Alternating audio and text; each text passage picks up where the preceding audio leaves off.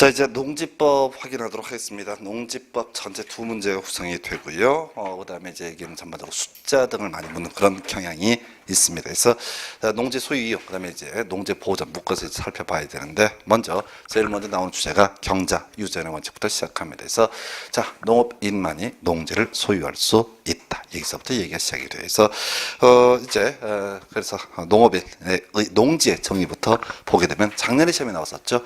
농지는 법적 지목을 불문하고 실제로 농작물의 경작지 또는 다년생 식물의 재배지로 이용된 토지를 말한다라고 이렇게 되어 있습니다. 그래서 일단은 지목을 불문한다. 그래서 우리가 이제 세법 영역을 가다 보면요, 지방세법에서 재산세 얘기를 할 때 분리과세 얘기를 하게 됩니다. 그래서 농지라든가 임야라든가 목장용지라고 하는 거 0.07%의 저율 분리과세 대상이 된다. 이렇게 봐야 될 것이고요. 그때 시험 지문 등에서 이제 주로 지목을 전답 과수원을 주로 농지라고 얘기를 합니다. 자, 그런데 농지법에서의 농지라고 하는 것은 그렇게 전답 과수원 한정을 하지 않고요. 실제 토지 현상이 농작물의 경작 또는 단생식물의 재배지로 이용되게 되면 어떻다? 이것은 농지로 해석을 하게 됩니다. 그래서 이렇게 이제 하나 봐야겠고요.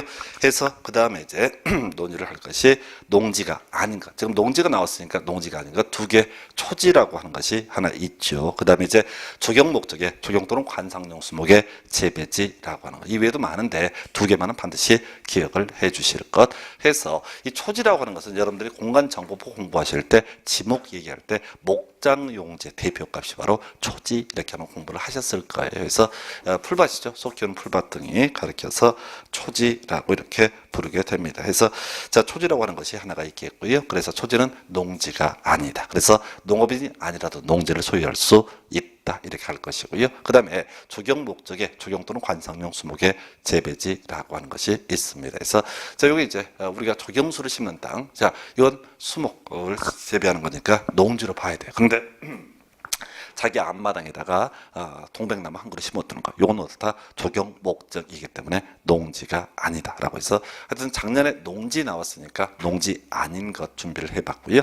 그 다음에 이제 농업인 또는 농업법인이라고 하는 거, 농업인, 자, 일단은 수치를 분석하면 1000제곱미터 이상의 농지에서 농작물의 경작 또는 다년생 식물을 재배하는 자라고 이렇게 되어 있습니다. 그래서 농작물의 경작 또는 다년생 식물의 재배지 바로 농지, 부지 면적이 1000 이상이 전제가 되는 거죠. 비교해서 고정식 온실 등 시설 영농을 하는 경우는요, 330제곱미터 이상에서 두 가지로 구분합니다. 면적 기준으로 그냥 노지 재배라고 그러나요? 1000 이상이 되면 어떻다? 농업인이 되겠습니다. 그 다음에 고정식 온실 등을 설치하게 되면 얼마? 330 이상 이렇게 얘기를 하게 될 것이고요. 그 다음에 자, 농업은 90일, 축산업은 120일 이렇게 되어 있습니다. 90일에 120일, 그 뒤에 가서 연간 판매액 120만 원 이상이다. 이 외에도 대가축 2두, 중가축 12, 가금 이런 게 나오는데 별 의미를 가질 수가 없어요. 그래서 지난번 시험에서는 연간 판매액 120만 원, 120회 때 이 문제가 구성이 됐어요. 그래서 자, 정리하게 되면 꼭 외워야 될 것이 지금 이제 부지 면적 기준 1000 이상이 되면 무조건 농업인, 나중에 1000 미만 하게 되면 주말 체험용농이라는 표현을 쓰게 됩니다. 그리고 고정식 온실 등을 설치했다. 그러면 시설 영농을 하는 경우 330 이상, 노동일에서 농업은 90일, 축산업은 120일, 그리고 연간 판매 120만 원 이상이죠. 이렇게 해서 농업인에 관한 정의받고요. 그 다음에 이제 농업법인이라고 하는 것이 두 개가 있죠. 그래서 농업법인요, 자, 하나가 영농조합법인이 있고요. 또 하나가 농업회사법인이 있을 수 있는데 숫자 외우셔야 돼. 바로 농업회사법인의 경우에는 업무 집행권을 가진 자 3분의 1 이상이 농업인이라는 요건을 갖췄을 때 이걸 우리가 이런 농업회사법인을 농업법인이라 부릅니다. 그래서 농지법은요, 따로 얘기를 안 하면 다 3돌림이에요. 3자 돌림이에요. 3분의 1, 3년, 3개월. 이게 대부분의 구조로 되어 있습니다. 그래서 자, 요거는 이제 나중에 3자 아닌 것들이 따로 이 문제가 되는 거예요. 그래서 자, 요거 업무 집행권을 가진 자 3분의 1 이상이 농업인의 요건을 충족했다. 요것도 한번 이슈가 됐었고요. 그 다음에 이제 경자 유전의 원칙의 배제 특례라고 해서 원래 지금 농업인만이 농지를 소유할 수 있다. 그래서 농업인이 아니면 농지를 소유할 수 없다. 이런 구조가 돼야 되는데 공적 주체의 경우는요, 자, 농업 목적이 아니라도 농지를 소유할 수 있습니다. 그래서 거기 이제 국가와 지자체와 그다음에 농어 농어촌공사가 문제가 될 거예요. 그래서 자 여기서는 이제 거꾸로 가야 되죠. 공적 주체가 아닌 게 뭐냐라고 했을 때 지방공사하고요 토지주택공사라고 하는 것은 어떻다 공적 주체가 아니다. 이게 좀 어려운 게 우리 공법 전반에 걸쳐서 자 법 6개 중에서 5개 법에서는 바로 토지공사는 지방공사는 항상 공적 주체로 해석을 하게 됩니다. 그런데 얘는 뭐라고요? 바로 농지법에서 농사짓는 것은 한국농어촌공사가 있기 때문에 바로 토지주택공사라든가 혹은 또 뭐죠? 토지주택공사하고 그다음에 지방공사는 공적인 주체가 될 수가 없다. 요거 하나고요.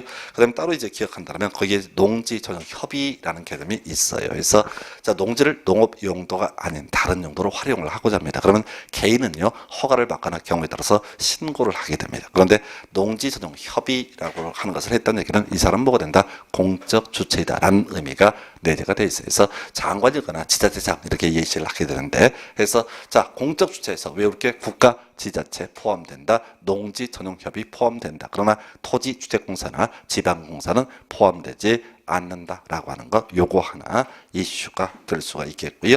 그다음에 이제 지금 이제 사인 관련해서 논의할 것이 상속과 8년 이상 이농, 주말 체험용 농 등이 문제가 되게 됩니다. 그래서 오른쪽 페이지에 나와 있죠. 자 기본적으로 자 농지는 농업인만이 소유할 수 있다. 그런데 아까 공적 주체, 국가, 지자체, 농어촌공사, 농지전용협의는 협의 등에 있어서는 규모 제한 없이 무제한으로 소유할 수 있다. 이에 비해서 사인은 농업인이 아니면 농지를 원칙적으로 소유할 수 없습니다. 그런데요, 상속받았습니다. 그럼 그 중에서 얼마? 1만까지는 그냥 소유할 수 있고요. 1만을 넘는 부분은 원칙적으로 처분할 의무가 있다. 그 다음에 이제 8년 이상 농업에 종사했다가 이농하는 자 나와 있죠. 이 사람도 뭐라고요? 기본적으로 1만까지 소유할 수 있다. 그 넘어서는 부분 어타 소유할 수 없다라고 하는 거. 처분할 의무가 발생합니다. 원칙적으로. 물론 이제 예외가 나중에 나오는데 그 정도 해서 숫자 1만 물어봤던 거 이미 19회 때 출제가 됐었고요. 가로넣기 문제로 구성이 됐습니다. 그리고 주말 체험 영농이라고 해서 자 주말 체험 영농을 하는 자 1천 미만까지 소유할 수 있다. 물론 세대원 전부 면적을 합산합니다. 그래서 비교할 것이 1천 이상이 되게 되면은 1천 이상이 되면 뭐가 된다고요?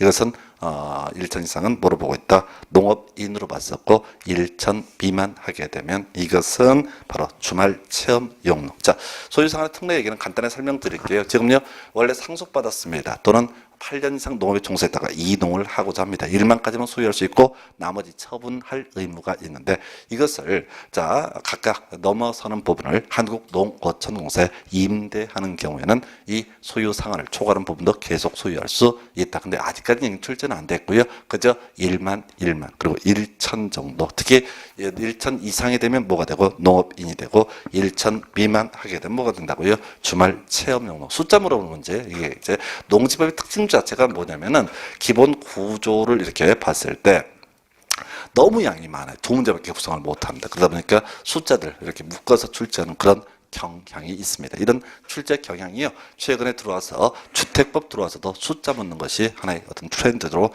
이렇게 흐르고 있습니다. 그래서 그렇게 보시고요. 그 다음에 농지 취득 자격 증명이라고 하는 주제.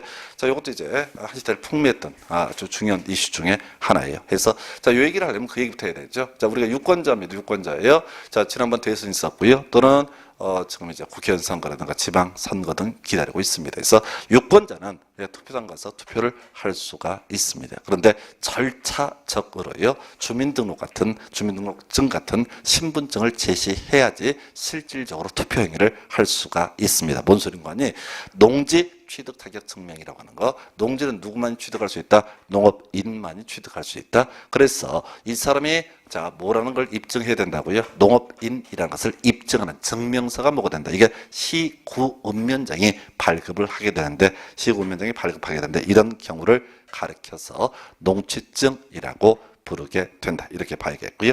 해서 그 농취증 필요한 경우, 불필요한 경우 할 텐데 요거는 사실 공법의 영역을 생각하면 사실은 주말 체험 용농하고요. 농지 전용 허가 신고만 사실 외우면 돼요. 자, 그래서 일단은 앞에서 우리 농지 주말 체험 용농 이 목적의 경우에는 기본적으로 어떻게 해라? 농취증을 발급받아라 라고 이렇게 돼 있고요.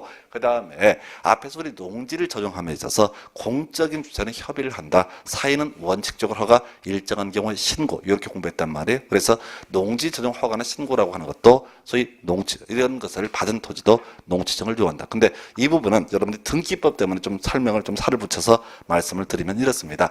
자, 우리가 농지증이 어떤 경우에 필요하냐라고 했을 때 제가 개념을 만들어 봤어요. 그래서 사인이 타인의 농지를 어떻다 취득을 하고자 한다. 그럼 어떻다고요? 이들은 농지증을 발급받아야 된다. 이게 기본 구조예요. 자, 그래서 이 사인과 관련해서 문제가 될 수 있는 것. 자, 공적인 주체면 어떻다? 공적인 주체면 농지증을 요하지 않는다. 이렇게 이제 가는 거죠. 농지증이 필요한 경우, 그 다음에 불필요한 경우, 이렇게 이제 구분한다라고 했을 때 시험에는 필요한 경우, 불필요한 경우를 구별을 해서 출제를 하거든요. 그래서 단순하게 가면 아까 주말 체험 용역하고 농지 전용 허가 신고만 외우면 되는데 개념을 정리하면 타인의 농지가 아니라 자기의 농지를 취득하는 경우도 농지증을 요하지 않는다. 그리고 자, 취득하는 것이 아닌 경우에 어떻다? 농지증을 요하지 않는다. 이렇게 이제 가게 돼요. 이제 이 내용은 어디서 자, 부동산 등기법에서 등기자료 총론할 때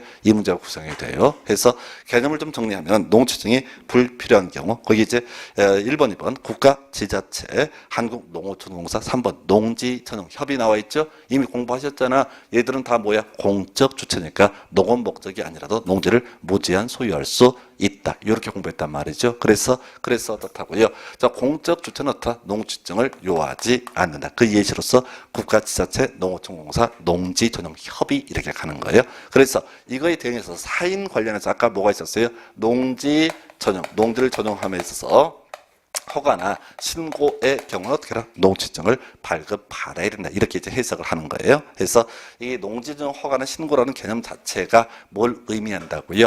바로 자, 이게 사인임을 의미하는 그런 상징값이 되겠습니다. 그래서 농지증 협의 국가지자체 농어촌공사는 바로 농지증을 요하지 않는다. 이렇게 가는 거고요. 두 번째, 자, 제일 많은 양을 차지하고 있죠. 자기의 농지를 취득하는 경우 농지증을 요하지 않는다. 해서 거기에 이제 수용은 뭐 그렇다. 수용도 이제 공적인 주체인데 거의 구성은 안 되고 있고요. 자, 농업법인에 합병 나와 있죠. 두 집 살림 하나의 집으로 살림을 합치게 됩니다. 그럼 어떻다고요? 농지증을 요하지 않는다. 이렇게 가게 됩니다. 그 다음에 나와 있는 것이 시효 완성이라고 하는 거 나와 있죠. 요거 민법 245조 1항에서 공부했던 주제일 겁니다. 20년간 소유의 의사로 평온공일하게 그 부동산을 점유한 자, 바로 등기함으로써 소유권을 취득한다 해서 민법 187조 얘기, 법률 규정에 따른 부동산 물권 변동 얘기할 때 법률 규정에 따른 민법에서 245조 1항이니까 법률 규정에 따른 부동산 물권 변동임에도 불구하고 따로 이 법에서 등기를 하라고 했던 개념, 이런 얘기 있었죠. 그래서 지금요 점유 취득 시효라고 하는 개념은 본질적으로 뭐야? 자, 소유권 취득 시기 언제입니까? 20년 지났을 때입니까? 점유한 때입니까? 했을 때 당연히 점유한 때 소유권을 취득을 하게 되는 거죠. 점유한 때 소유권을 취득을 하게 된다. 그래서 이때 어떻다?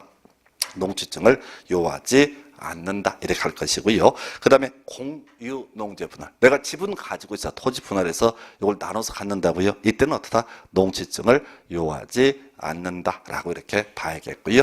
그 다음에 또 나와 있는 것이 자, 거기 자 뭐가 있죠? 상속으로 농지를 취득해서 소유하는 경우 나와 있죠. 자, 상속은 뭐야? 자, 아버지 거 내가 받아오는 겁니까? 아버지가 돌아가셨어요. 내가 유일한 상속자입니다. 내 거 내가 받아오는 겁니까? 내 거 내가 받아오는 겁니다. 왜? 민법 187조에서 상속에 따른 경우 어떻다고요? 등기하지 않아도 소유권을 취득할 수 있다. 이 얘기 나오잖아요. 그래서 피상속인이 사망에 이르게 되면 그때부터 소유권을 취득을 합니다. 그래서 논리 구조가 이런 식이라고. 지금 이제 거기 나와 있는 것들 하나 가는 게 아니라 예를 들어서 공유농지의 분할, 농업법인 합병, 상속, 뭐 그 다음에 또 뭐가 있나요? 시효 완성 이런 것들이 공통적인 뉘앙스 요소가 뭐가 된다고요? 이런 경우 내 땅 내가 찾아오는 것이니까 농지증을 요하지 않는다. 그 외에 나중에 등기법에서 필요한 개념인데요. 자, 우리가 민법 186조에서 법률 행위에 따른 부동산 물권 변동 등기해야지 효력 발생한다. 그때 등기는요 본등기를 의미하게 되죠. 그래서 자, 가등기를 하게 되면 단순히 순위 보전적 효력만 발생하게 될 것이고요.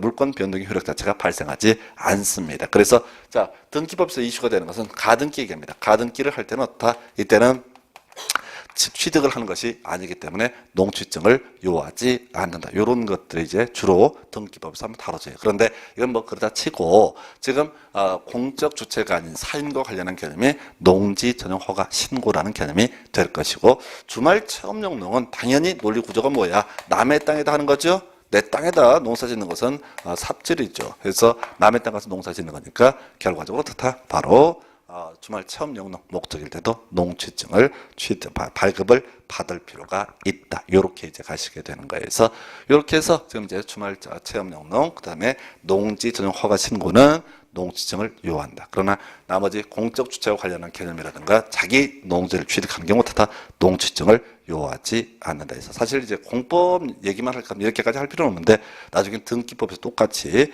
이게 이제 중복이 되기 때문에 좀 땡겨서 설명을 드렸습니다. 그 정도로 봐야겠고요. 그다음에 이제 발급 절차 등 해서 나머지 뭐 시공 면적 하나 정도만 보겠습니다. 큰 이슈 되지 않아 있어. 하여튼 이 문제 농취증 관련해서는 농취증 필요하냐 불필요하냐 요것만 주구장창 출제를 하고 있고, 뭐 여기서 외우는 건 별개 문제로 또 등기법 똑같이 중복이 되니까 한번 길게 설명을 드렸습니다. 그 정도 넘어가야겠죠.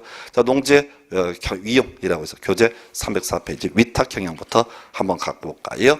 해서 자, 이게 위탁 경영이 있고요. 나중에 임대차 있고요. 몇 개 있는데 이걸 이제 분석을 해서 외우셔야 돼요. 이게 되게 외우기 어려운데, 일단은 위탁 경영이라고 하는 거, 일정한 보수를 지급하고 농작업에 전부 또는 일부를 맡기는 걸, 이걸 위탁 경영. 사유 볼까요? 자, 요거 한번 정리해 보자고요. 자, 우리가 이제 제가 정리할 때 이렇게 갔어요. 질병 등이라고 하는 개념하고요. 그다음에 또 하나가 어디 가는 거죠. 어디를 가는 거야, 가는 거. 자, 이게 용어를 좀 정하기 애매한데, 저는 이제 질병 등하고, 그 다음에 이거를 이제 크게 취약 등이라고 하는 걸로 개념을 정리해요. 여기서 오늘 외우셔야 돼. 이게 지금 위탁 경영, 그 다음에 나중에 3년 미만 동안 뭘 할 수 있는 경우, 임대차를 할 수 있는 경우, 이런 것들이 이제 공통적인 요소예요. 그래서 크게 두 가지예요. 자, 지금 이제 보면은 병역법에 의해 따라서 징집, 소집되는 경우 나와 있죠. 그죠? 자, 징집된다. 이거 어디 가는 거죠? 어디 가는 거라고요? 군대 가는 거라고요. 그래서 이때는 어떻다? 위탁 경영 가능하다. 그다음에 농업법인이 청산주인 경우, 이건 어디로 분류할 것 같아요? 죽어가는 과정이야. 그래서 질병 등 관련해서 청산이라고 하는 개념이 나와요. 이렇게 정리를 하면 두 가지 개념으로 정리하면 거의 이걸 때려 맞출 수가 있습니다. 그래서 자, 그다음에 나와 있는 것이 3개월 이상 국외 여행 나와 있죠. 국외 여행인데 얼마? 3개월 이상이라고 하는 것이 나와 있다고요. 그래서 자, 이게 이제 뭐가 되냐면은 이것도 어디 가는 거죠. 그게 크게 얘기가 어디 가는 경우가 많이 아픈 경우 이렇게 간다고, 이런 경우에는 공통적인 요소라고 해서 지금 분석을 하고 있어요. 그래서 3개월 이상 국외 여행 나와 있고요. 그다음에 질병 나와 있죠. 질병 나와 있고, 자, 어디 가는 게 어디 있어? 취약 나와 있죠. 취약 나와 있고, 그다음에 또 뭐가 있냐면 공직 취임 나와 있죠. 여의도 가는 거 있잖아요. 청와대 가는 거 있잖아요. 자, 그래서 이것도 어디 가는 거야? 공직 취임하는 경우도 있게 될 것이고, 그다음에 지금 부상으로 3월 이상 치료 나와 있죠. 숫자는 다 3개월이라고 그랬어요. 그래서 부상으로 인해서 3월 이상의 치료가 필요하다, 이런 거 있습니다. 그다음에 또 어디 가는 거 나와 있네요. 교도소 나와 있죠. 해서 요거를 이제 요렇게 이제 개념을 정리하면 거의가 다 중복이 돼요. 해서 지금 이제 질병 등에서 이제 3월 이상의 부상으로 치료가 필요한 경우라든가, 또음에 질병이란 표현 들어가고요. 그다음에 청산, 이런 거, 청산이 특이한 거죠. 농업법인의 청산. 그래서 농업법인 문 닫기 전에 하는 게 청산이라고요. 이런 경우에는 바로 위탁 경영할 수 있다. 어디 가는 경우 어디를 가? 군대를 갑니다. 학교를 갑니다. 여의도를 갑니다. 해외로 여행을 가게 됩니다. 3개월 이상. 그리고 또 하나가 교도소 가게 됩니다. 그래서 어디 가는 경우하고, 또 하나가 질병 등. 자, 이렇게 해서 위탁 경영 사유 봤고요. 임대차 사유는 지금 안 볼 거고, 자, 임대차 계약을 보면 기본적으로 서명 계약을 원칙으로 한다. 그냥 깔아주는 지문이고요. 그다음에 임대차 기간. 자, 원칙 이모작을 위해서 8개월 이내로 임대하는 경우를 제외하고 임대차 기간 3년 이상으로 한다라고 돼 있죠. 해서 이건 안 내요. 원칙이니까. 그럼 시험에 뜨는 건 뭐라고요? 3년 기간을 정하지 아니한 경우에서 임대차 기간을 정하지 아니하거나 3년보다 짧게 정한 경우 3년으로 약정된 것으로 본다 해서 요구하는 이슈가 되는 거죠. 그래서 3년이라고 해서 앞에서 농지법은 다 뭐라고요? 3년 3개월 이렇게 기억을 해달라고 했었고요. 그 다음에 3년 미만으로 정할 수 있는 경우 나와 있죠. 다시 한번 분석을 해보겠습니다. 해볼게요. 자, 지금 크게 가야 돼. 지금 3년 미만도 요 구조야. 질병 등 관련해서 아픈 경우하고요. 어디 가는 경우. 아픈 경우와 어디 가는 경우에는 어떻게 할 수 있다? 3년 미만으로 정할 수 있다. 한번 분석을 해볼게요. 뭐가 나와 있냐면은 자, 제일 처음에 질병 나와 있죠? 질병 아프네요. 그 다음에 취약 어디 가네요? 학교 가네, 학교 가네. 그 다음에 자, 징집 군대 가네, 군대. 자, 군대 가는 경우 있게 될 것이고요. 그 다음에 선거에 의한 공지심 여의도 가네, 여의도 가는 경우. 그 다음에 교도소 가는 경우 바빠요. 교도소도 가야 되고 그 다음에 농업법인 청산은 뭐라고 했어요? 아픈 경우 곧 죽을 거야. 그 다음에 나머지는 안 보고요. 그래서 요런 경우에는 어떻게 할 수 있다? 원래 지금 농지 임대차에서는 기본적으로 임대차 기간 몇 년? 3년 미만으로 정해야 되는데 그 임대인이 이런 일정한 사유가 있어서 일정하게 농사를 지을 수 없다라고 했을 때 이때는 2년만 예를 들어서 군대를 갔다 온다고 치고 2년만 교도소를 갔다 온다라고 했을 때 이때는 임대차 기간 몇 년으로 자 3년 미만으로 정할 수도 있다. 해서 지금 위탁 경영 가능 사유하고요. 또 하나 이렇게 3년 미만으로 이걸 정할 수 있는 경우. 그래서 크게 카테고리 잡으셔야 돼. 어디 가는 경우 하고 또 하나가 뭐라고요? 질병 등 이런 경우에는 그리고 숫자는 공통적으로 3자가 많다는 것도 강조를 드렸고요. 자, 그다음에 이제 효력 등 임대차 계약을 체결했습니다. 효력 보면 자, 원래 이제 우리가 계약법 공부하실 때 임대차라고 하는 것은 채권이죠. 채권이라고 하는 것은 모든 사람에게 주장할 수 있는 권리가 아니라 그 특정 인에 대해서만 주장할 수 있는 권리를 채권이라고 부릅니다. 임차, 임차권이라고 하는 거 당연히 채권에 불과하죠. 그래서 원래 땅 주인 바뀌게 되면 바뀐 땅 주인한테는 임차권을 주장할 수 없습니다. 물론 등기를 하게 되고 대양정을 갖추면 따로 주장을 할 수 있는 것에 비해서 그래서 거기 나와 있는 것이 임대 농지 양수인은 이 법에 따른 임대인의 지위를 승계한 것으로 본다라고 되어 있죠. 해서 어떻다고요? 그냥 따로 등기 안 해도 대항력을 갖는다 이런 취지가 되겠습니다. 제3자요. 임대차 계약은 등기가 없는 경우에도 시구 운면장에 확인받고요. 인도받은 경우 제3자에 대해서 효력이 생긴다라고 이렇게 되어 있습니다. 그래서 제3자효라고 하는 건 나와 있고요. 강행규정이라고 해서 이 법이 정한 사항으로서 임차인에게 불리한 것은 효력이 없다. 큰 이슈 안 되고요. 작년 시험 문제 어렵게 나온 게 국공유농지였어요. 그래서 지금 이런저런 얘기를 했는데 국가나 지자체가 소유하고 있는 농지에 대해서는 이런 각종 규정을 어떻다? 다 배제하게 된다. 이 정도로 보겠습니다. 즉 국가나 지자체 등에 있어서는 어떻다고요? 자기가 갖고 있는 농지를 임대합니다. 그러면 3년 미만으로 정하는 것. 이런 일정한 사유가 없어도 3년 미만으로 정할 수 있다. 이런 식의 구조 좀 어려웠었고요. 하여튼 지금 어떻게 가자고요? 지금 분석할 때 크게 갈 때 아픈 경우하고 어디 가는 경우 이렇게 이제 해석을 하면은 대충 감을 잡을 수 있어요. 자, 농지 대리 경자 놀리고 있는 농지 아깝습니다. 그랬을 때 자, 시군구청장에게가 대리 정격자를 지정할 수 있습니다. 이건 숫자 물어보는 거예요. 숫자 먼저 기간 3년이 3년 해서 앞에서 모르면 잘 뭐라고요? 3년 3개월 이렇게 가자고 그랬어요. 그리고 자 대리 경작에서 토지 사용료 100분의 20이라고 하는 거. 100분의 10이죠. 100분의 10까지 해서 이 숫자 물어보는 문제 해서 이게 농지법이 자꾸 괄호 열기 문제로 많이 구성을 하고 있다는 말씀 드린 바가 있습니다. 그 정도가 되겠고요.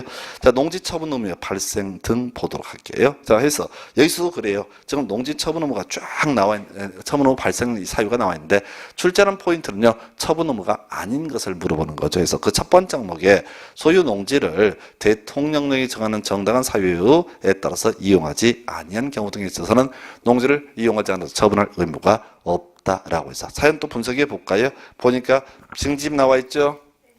징집되거나 소집되는 경우는 어떻다? 농지 이용하지 않아서 처분 의무가 발생하지 않는다. 그 다음에 또 나와 있는 게 질병, 취약 나와 있죠.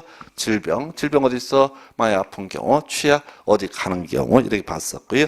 그 다음에 선거에 따른 공직 취임 나와 있죠. 해서 지금 이걸 다 개별적인 사유를 외울 수는 없어요. 그런데 대강 뉘앙스가 뭐라고요? 자, 이렇게 많이 아프거나 혹은 어디 가는 경우 등에 있어서는 소위 농지를 처분할 의무가 없다. 그리고 이런 경우에는 임대차 기간 3년 미만으로 정할 수 있다. 또 어디 가거나 많이 아픈 경우에는 농지의 위탁 경영이라고 하는 것도 가능하다. 이 정도까지 확인을 해야 되겠습니다. 그래서 그 정도로 기억을 해 주시고요. 그 다음에 이제 농지 처분 명령 등 관련해서 뭐 큰 이슈 안 되고, 자, 한 페이지 넘기면 매수 청구 나와 있어요. 그래서 지금 농지를 자, 처분 의무가 발생했고요. 자, 이 사람이 처분을 하고 있지 않습니다. 그럼 어떻다고요? 처분 명령 내릴 수 있고요. 이때 살 사람이 없습니다. 그랬을 때 농어촌 공사에 매수 청구를 할 수 있습니다. 이때 가격이요, 공시지가. 뒤에서 한번 공부할 텐데, 농업진흥청에서 농사를 열심히 짓다가 농지를 처분하는 경우 등에 있어서는 감정가라고 하는 게 나오고요. 여기서는 이제 공시지가 그 정도. 그 다음에 이제 이행강제금. 지금 농지를 처분해라 라고 했는데 처분을 하고 있지 않다 라고 하면 이행강제금 부과할 수 있다. 두 가지죠. 자, 부과금액 100분의 20이라고 하는 것. 그리고 또 하나가 매년 1회라고 하는 숫자에서, 자, 지난번 시험에서는 이행강제금이라는 키워드를 물어봤어요. 그래서 지금 숫자 물어볼 개연성이 있는 거죠. 아까 토지자, 대리경작에서 토지 사용량은 100분의 10이었었고요. 그 다음에 지금 나와 있는 이행강제금은 100분의 20이라고 해서 하여튼 농지법 숫자 많이 묻고 있다는 거. 그리고 3 시리즈가 많은데 3이 아닌 것들은 특별히 주의를 해 주실 것. 자, 요 주제랑 같이 이제 생각해 볼 수 있는 주제가 여러분들이 공인중개사법 영역에서 공부하게 되는, 거기 이제 구체적으로는 부동산 거래 신고 등에 관한 법률이죠. 거기서 이행강제금 얘기 한번 나옵니다. 그래서 허가받은 목적도로 이용하지 않았다, 방치하게 되면 100분의 10, 그 다음에 임대 100분의 7, 목적 변경은 얼마? 100분의 5라고 하는, 바로 100분의 5까지. 이게 소위 뭐가 되냐면은, 자, 그 부동산 거래 신고 등에 관한 법령에 따른 이행강제금 제도가 될 것이고요. 그다음에 우리 건축법에서도 이행강제금 제도 본질은 그거였었죠. 금액이 중요한 게 아니라 벌금과 이행강제금은 병고할 수 있다. 이걸 출제 포인트로 삼았죠. 그래서 허가권자가 소위 이 위반 건축물의 소유자에 대해서 바로 이행강제금을 부과할 수는 있지만 벌금을 부과할 수는 없다. 벌금은 법원에서 부과를 하게 되는 것이다. 이렇게 확인했습니다. 그리고 농지법에서 숫자예요. 100분의 20, 1년에 1회까지 이행강제금 부과한다. 이렇게 봐야겠고요. 넘어가세요. 이제 16강인가요? 농지보전이라는 주제 살펴보겠습니다. 그래서 이 농지보전이라고 하는 거, 자, 요즘에는 좀 출제가 더딘데 어쨌든 크게 이제 두 개 축으로 나누어서 볼 수가 있습니다. 농지의 보전이라고 했을 때 두 개 축. 그 중에 하나가 농업진흥지역제도예요. 농업진흥지역제도. 그리고 하나가 바로 농지의 전용이라고 하는 개념이 나오게 됩니다. 그래서 농지 전용, 크게 두 개 축이다. 해서 자, 이게 이제 옛날 문제와 요즘 문제가 좀 달라지는 영역인데 출제 트렌드가 좀 바뀌고 있죠. 일단 농업진흥지역부터 보겠습니다. 그래서 농업진흥지역 지정권자 시도지사. 지난번에 이제 농림축산식품부 장관 요거 한번 틀리게 구성을 했었고요. 그 다음에 대상 지역은 뭐예요? 특별시의 녹지 지역은 제외한다 라고 돼 있죠. 앞에 다른 거 읽어볼 필요 없어요. 시험에 나오는 건 딱 두 가지야. 특별시의 녹지 지역 포함한다 라고 틀리게 뽑거나 광역시의 녹지 지역 제외 이렇게 내거나 단순한 얘기해서 이 농업진흥지역은 주로 시골에다 지정을 할 수 있다. 나머지 별 필요 없고요. 그 다음에 이제 세 번째 외울 것이 농업진흥지역의 구분이라고 해서, 자, 그 다음 페이지 가면 농업진흥구역하고 농업보호구역이라는 것이 있어요. 그래서 자, 농업진흥지역 이렇게 농지가 이만큼이다. 그럴 때 노른자이가 되는 땅을 바로 농업진흥구역이라고 부르고요. 이 옆에서 서포트 도와주는 토지를 농업보호구역이라고 부르게 됩니다. 그래서 다시요, 농업진흥지역은 진흥구역하고 뭐하고 보호구역으로 구분을 할 수 있다. 그래서 진흥구역하고 뭐하고 보호구역. 그래서 정의를 보게 되면 뒤져요. 농업진흥구역은 어떤 적이다. 너무 길어서 시험에 나오지 않아요. 옳게 될 수 없고요. 그래서 외워야 될 것은 농업진흥구역이란 농업보호구역의, 다시 농업보호구역이란 진흥구역의 용선 확보. 이거 외우시는 거예요. 그래서 이 보호구역은 진흥구역의 물길, 용선 확보를 위해서 필요한 지역. 주어가 뭐라고요? 농업보호구역이란 진흥구역의 용선 확보라고 하는 거. 다시요. 자, 보호구역은 그나마 시험에 내릴 수 있는데 진흥구역의 용선 확보. 여기까지가 던져주는 질문. 첫 번째, 지정권자 시도지사, 지정 대상지역 특별시의 녹지적 제외한다. 그리고 어려운 게 이 진흥지역은 진흥구역과 보호구역으로 구분할 수 있는데 농업보호구역은 뭐라고요? 진흥구역의 용선 확보. 해서 시험 지문에 어떻게 나왔어요? 옳게 낼게 농업보호구역은 진흥구역의 용선 확보. 오른편. 틀리게 되면 농업진흥구역은 보호구역의 용선 확보를 순서를 바꿔버리는 거죠. 그래서 농업진흥구역이란 말은 무조건 틀린 거예요. 너무 길어서 시험에 낼 수가 없어요. 그래서 우리가 외워야 될 건 뭐라고요? 농업보호구역은 농업진흥구역의 용선 확보. 요것만 주구장창 외우셔야 돼. 그래서 4개가 줄줄 나와야 돼. 첫 번째 시도지사, 특별시에 녹지적 제한다. 그 다음에 좀 구분하면 진흥구역, 보호구역 구분되는데 실제 포인트는 농업보호구역은 진흥구역의 용선 확보. 요 정도가 주요 이슈가 되겠습니다. 그리고요, 자, 매수청구 얘기까지 가볼까요? 자, 농지를, 자, 지금, 열심히 농사를 지었습니다. 그런데 앞에서 농지를 농업 용도로 활용하지 않았다라고 했을 때, 이때 매수청구의 경우 공시지가라는 개념 한번 설명드렸었고요. 그 다음에 농사를 열심히 짓던 분이 이런저런 이유로 인해서 더 이상 농사를 지을 수 없는 상황에 이르렀다. 농어초농사에 매수청구를 할 수 있습니다. 그러면 이때는 뭐라고요? 열심히 농사 지은 당신 이제 떠나라 해서 감정가라고 해서 매수청구 2개 나오는데 하나는 바로 불법적 농지를 소유했던 사람은 공시지가, 열심히 농사 지었던 분은 뭐라고요? 감정가라고 하는 거, 이렇게 구분을 짓게 됩니다. 그래서 그 정도로 봐주시고요. 그 다음에 이제 농업진흥지역에서의 행위 제한이라고 하는 거 살펴보겠습니다. 그래서 자, 이 농업진흥지역 다시 앞에 본 것처럼 뭐라고요? 농업진흥구역과 보호구역으로 구분할 수 있다. 자, 시험 문제 포인트는요, 바로 여기에서 출제가 이루어지죠. 그래서 원래 법조문을 다 나열하게 되면 농업진흥구역에서 설치 가능한 시설 A4용지 한 4페이지 됩니다. 농업보호구역 안에서 설치 가능한 시설 A4용지 또 4페이지 됩니다. 외울 수가 없어요. 그럼 이제 한 가지로 끝내봐야 돼요. 지금요, 농업진흥지역, 농업진흥구역에서, 자, 우리 농지법, 우리 시험은요, 어디에서? 농지법, 법조문 내에서만 출제가 되거든요. 그래서 농업진흥구역에는 무조건 다 뭐라고요? 설치할 수 있는 시설만 규정을 하고 있습니다. 그래서 시험 지문에 농업진흥구역에서 이러한 시설을 설치할 수 있다. 무조건 다 오른편이야. 틀리게 되면 이러이러한 시설 설치할 수 없다. 이렇게 통쳐서 나온다고요. 또 농업보호구역도 뭐라고요?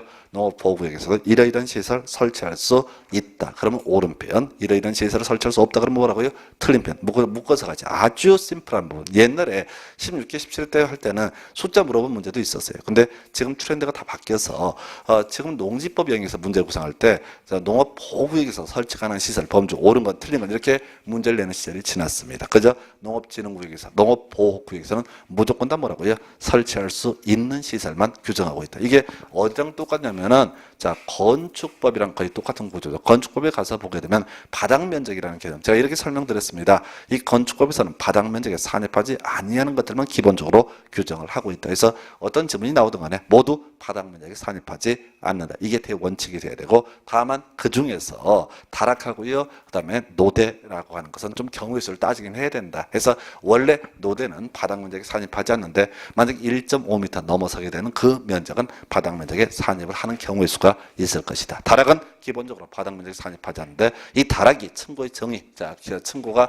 1.5m, 경사진 형태는 얼마? 1.8m. 그래서 시험에 뜨는 건 경사진 형태를 주로 내요. 그래서 만약에 다락 층고가 2m다. 그러면 이건 다락이 아니다. 그래서 그때는 결론적으로 바닥 면적에 산입한 데를 가는 건데, 다시 자, 우리 건축법에서 무조건 다 뭐라고요? 바닥 면적에 산입하지 않는 것만 규정하고 있다. 자, 농지법에서는 농업진흥구역, 농업보호구역에서 설치 가능한 시설만 규정을 해놓고 있다. 그래서 이거 퉁치고 가야 된다고 외우는 게 아니라 그냥 무조건 다 어떻다? 설치할 수 있다. 요렇게만 기억을 하는 게 훨씬 더 합리적인 공부 방법이 되게 됩니다. 그래서 그 정도가 농업 지금 이제 진흥지역. 그래서 다시 정리해 볼까요? 첫 번째, 진흥지역 시도지사가 지정한다. 특별시에 녹지적 지정할 수 없다. 농업보호구역은 진흥구역의 용선 확보 등을 목적으로 한다. 농업진흥구역의 용선 확보 기본 정의 있었죠. 그다음에 네 번째, 농업진흥구역에 뭐를 설치할 수 있다? 다 설치할 수 있다.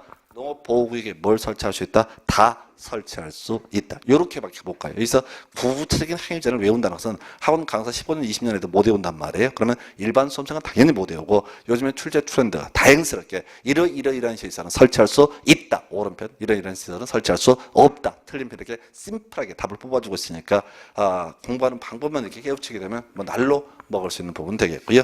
마지막 주제가 농지 전용이라는 주제 되겠습니다. 자, 앞에서 우리 공부하셨어요. 자, 농지를 전용하려면요, 기본 뼈대 잡으셔야 돼. 자, 농지를 전용을 어떻게 해라? 허가라고 하는 것을 받는 게 원칙입니다. 그런데 일반 사인에 있어서, 일반 사인에 있어서, 자, 사안이 좀 경미하면 어떻다? 신고하면 허가를 받은 것으로 본다라고 되어 있고요. 자, 한편 농지를 조정할 때 개인은 이렇게 허가나 신고 둘 중에 하나의 문제인데, 자, 공적인 주체에 있어서는 어떻다? 협의하면 어떻다? 자, 바로 허가를 받은 것으로 본다. 이렇게 구성하는 거예요. 뼈대를 잘 잡으셔야 돼. 그래서 농지 전용 허가는 농지 전용 신고를 받는다라는 얘기는 뭔 얘기를 하는 거라고요? 이거 개인이다라는 의미를 가지고 있고요. 이에 비해서 농지 전용 협의다라면 바로 공적인 주체다. 그래서 앞에서 경자 유전의 원칙에 예외할 때 국가, 지자체, 농어촌 공사 외에 농지 전용 협의를 득한 토지 이런 농지에 대해서는 바로 이게 규모 제한 없이 농업 목적이 아니라도 농지를 소유할 수 있다 했어요. 그래서 일단 답을 좀 정리하면요. 자, 농지 전용 허가 받았습니다. 그래서 첫 번째 거기 이제 교재 내용 중에서 볼 것 중에 하나가 허가의 대상의 제외라고 해서 거기에 여러분 자료는 4번 지문인가요? 산지 전용 허가를 받지 않고 자, 또 불법으로 개간한 농지를 산림으로 복구하는 경우 나와 있죠. 원래 농지를 농업 용도가 아닌 다른 용도로 용도를 바꾸려면 농지 전용 허가 등을 받아야 됩니다. 근데 애초에 산림이었어, 임야였어. 근데 거기다 실제 토지 현상이 농작물이 경작권을 했다 해서 농지가 됐습니다. 근데 어떤 이유로 인해서 이걸 다시 산림으로 되돌리려고 할 때 이때는 원점으로 돌아가는 거니까 따로의 허가가 필요가 없다. 요 하나만 좀 특이한 것이고요. 거기서 답이 되는 거 농지 전용 허가의 의무적 취소에서 자 명령 위반하면 조치 명령을 위반하면 일단은 취소하여야 한다라고 하는 게 출제 포인트. 두 번이나 답이 됐던 지문이죠. 그래서 자 위반하면 어떻다? 취소하여야 한다. 그게 너무 법조문이 길어서 외우기 힘들어요. 외울 게 뭐라고요? 취소하여야 한다. 일정한 사유가 있으면 어떻다? 취소하여야 한다. 법에서는 이제 조치 명령 위반했을 때 허가를 농지전용 허가를 취소하여야 한다라고 되어 있거든요. 그래서 이걸 할 수 있다 해서 틀리게 뽑는다고 아주 유치하게 뽑는 거예요. 다시 가보겠습니다. 답만 가자고요.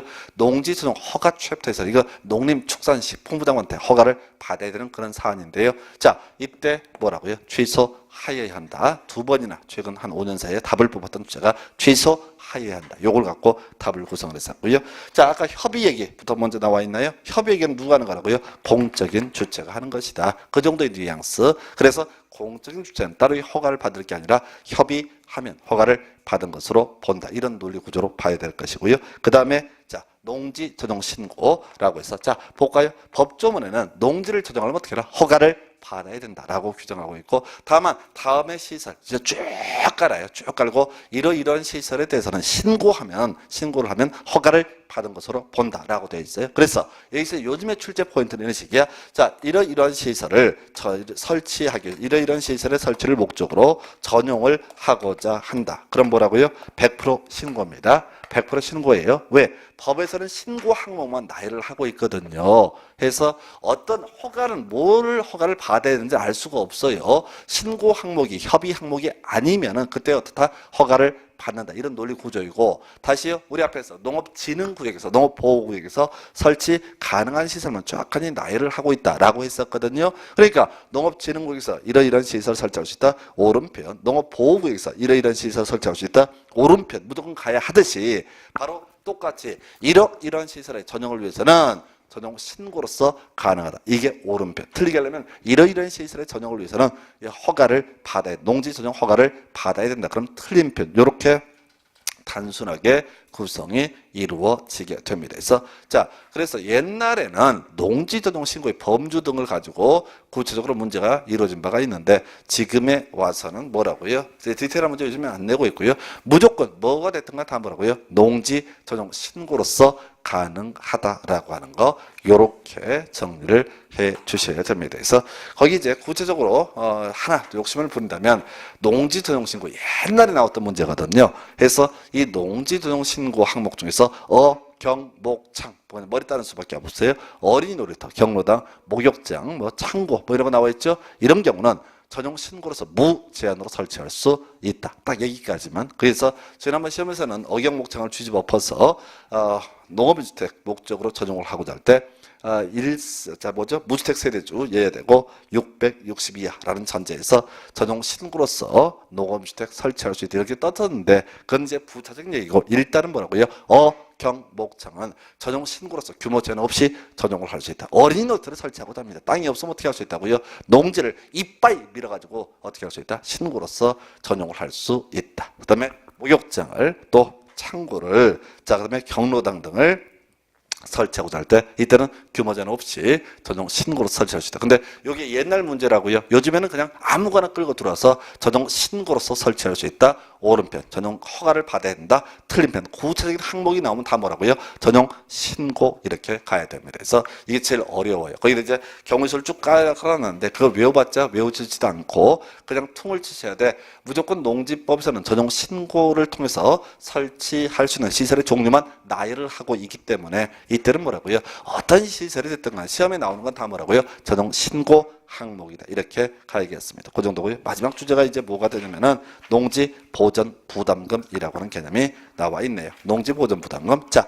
큰 뼈를 보셔야 돼. 지금 농지를 전용을 하고 있습니다. 전용을 한다는 것은 농지를 농업 용도가 아닌 다른 용도로 영원히 바꾸는 것을 전용이라고 부르게 됩니다. 그래서 전용을 하면요. 이때 농지 보전 부담금이라고 하는 것을 납부할 의무가 발생합니다. 그래서 농지를 전용하면 어떻다고요? 보전 부담금을 납부할 의무가 발생한다. 뭘 했을 때? 전용을 했을 때. 그래서 전용 허가든 전용 협의든 전용 신고든 뭐 협의가 의제되는 경우도 무조건 전용을 하면 어떻다? 보전 부담금을 납입을 해야 된다. 이렇게 가게 될 것이고요. 그럼 전용이 아닌 경우에는 어떻다? 보전 부담금을 납입하지 않는다라고 이제 얘기를 합니다. 그래서 전용이 아닌 게 무엇이냐 했을 때 미리 결론 외우고 들어가시되 농지의 타 용도 일시 사용 허가. 자, 농지의 타용도. 자, 포인트. 농지의 타용도 일시 사용 허가라고 하는 것은 어떻다? 이것은 전용이 아니기 때문에 보전 부담금을 내지 않는다. 외우셔야 된다고 해서 항상 시험 문제 포인트는 농지 타용도 일시 사용 허가를 받은 자 농지 보전 부담금을 납입을 해야 된다. 이런 식으로 틀리게 뽑아요. 그래서 거기 우리 법에는 농지 보전 부담금을 내야 되는 경우를 쫙 나열하고 있다고요. 근데 그걸 외워서는 아무런 의미가 없고요. 시험에는 뭐라고 내야 되는 경우가 아닌 것을 고르시오가 이렇게 나온다고. 그러면 농지 보전 부담금을 내지 않아도 되는 경우보다 농지의 타용도 일시 사용허가 다 외우셔야 된다고. 무엇이 타용도냐 이런 게 중요한 게 아니라 여기서는 주된 출제 포인트가 농지 보전 부담금 내냐 내지 않느냐 가지고 쟁점 삼고 있고요. 그 외에 가산금이라고 해서 지금 나오죠.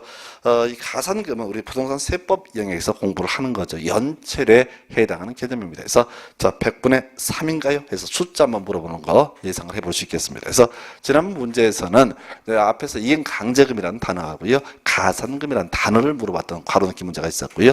지금 이행강제금 100분의 20, 가산금 뭐라고요? 100분의 3이라고 하는 거, 요 숫자 묻는 게 주된 논의의 대상이 되게 됩니다. 그래서 자 이렇게 해서 가산금까지 정리드렸습니다. 그래서 자 이렇게 해서 이제 요약 강의라고 하는 과정 마치도록 하겠고요. 예, 오늘 여기까지 가도록 하겠습니다. 자, 수고했습니다.